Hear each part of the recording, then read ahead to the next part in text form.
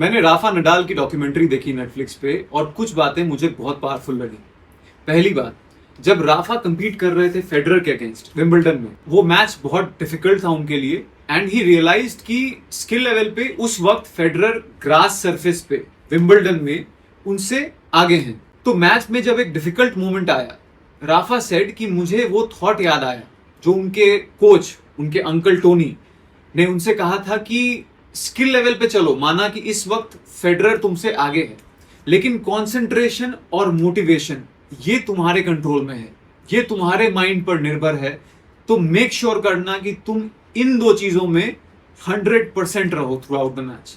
ये चीज मुझे बहुत पावरफुल लगी कि कई बार किसी सिचुएशन में या फिर जब आप अपने से ज्यादा ताकतवर या ज्यादा स्किल्ड इंसान से compete कर रहे हैं, तो भले वो चीजें आपके कंट्रोल में ना हो कि स्किल लेवल क्या है, क्या डिफरेंस है, लेकिन जो चीजें आपके कंट्रोल में है, जो कहते हैं कंट्रोल द कंट्रोलेबल्स, जैसे कंसंट्रेशन, मोटिवेशन, ये आप अपनी तरफ से इंश्योर करिए कि ये कैसे हम 100% पे रख सकें। दूसरी बात, जब अगले टूर्नामेंट में फिर से राफा का सामना हुआ फेडरर से और बात पहुंची बिल्कुल टाई ब्रेकर पे, बिल्कुल आखिरी स्टेज में था मैच और दोनों फिजिकली बहुत ट्रेंड थे, तो Rafa said that he had this thought that I'm willing to suffer more than him। यहाँ आइडिया आता है आउटलास्ट करने का कि भले स्किल लेवल पे आपसे कोई बहुत ज्यादा आगे हो, लेकिन अगर आपके अंदर वो दृढ़ता है या फिर आप सफर करने या पेन एंड्योर करने में अपने आप को माहिर बना लेते हैं, तो कई बार आप उस स्किल डिफरेंस को भी कॉम्पनसेट कर सकते हैं।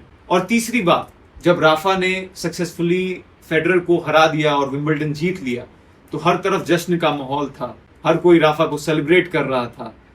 तो राफा कहते हैं कि people thought that I was a winner, I am not a winner, I am a competitor.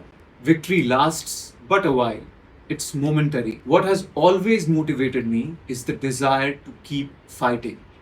ये लाइन मुझे बहुत पावरफुल लगी, क्योंकि जो हमारी जिंदगी में विक्टोरियस मोमेंट्स होते हैं, जो ग्लोरी मोमेंट्स होते हैं, अच्छे होते हैं, लेकिन वो मोमेंटरी होते हैं। आफ्टर अ पॉइंट वो बस एक याद बन जाते हैं।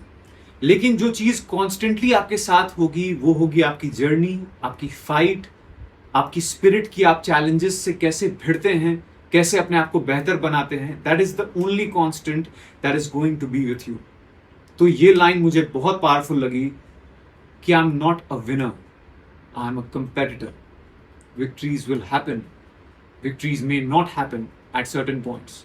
But what stays is your spirit, is your fight, your journey.